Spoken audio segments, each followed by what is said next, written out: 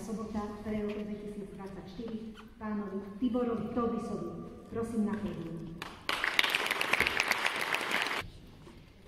Tibor Tobis sa narodil v roku 1944 v Rožňave. Ako trojročný sa s rodičmi presťahoval do Rimavskej Soboty. Bol žiakom základnej školy s vyučovacím jazykom maďarským na Šrobárovej ulici. Tu v roku 1962 maturoval.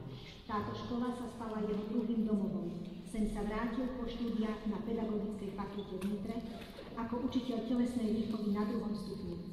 Športu sa venoval celý svoj život. Ako chlapec sa venoval športovej gymnastike v klube doktora Hybnáka, s ktorým absolvoval množstvo pretekov. Bol členom zápasníckeho oddielu svojho otca, venoval sa stolnému tenisu, ale jeho najväčšou láskou bol a je futbal. Bol hráčom Slovanu Rimavská Sobota. Základná škola, kde učil, tzv. Šrobárka, sa považovala za základňu sovietskeho futbalu aj vďaka jeho osobnému nasadeniu a obetavosti.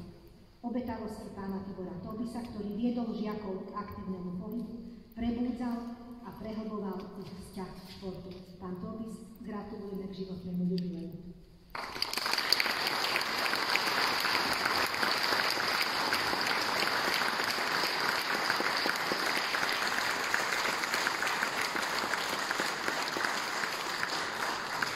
Preto by som sa chcel poďakovať tým, ktorí mi toto ocenenie navrhovali.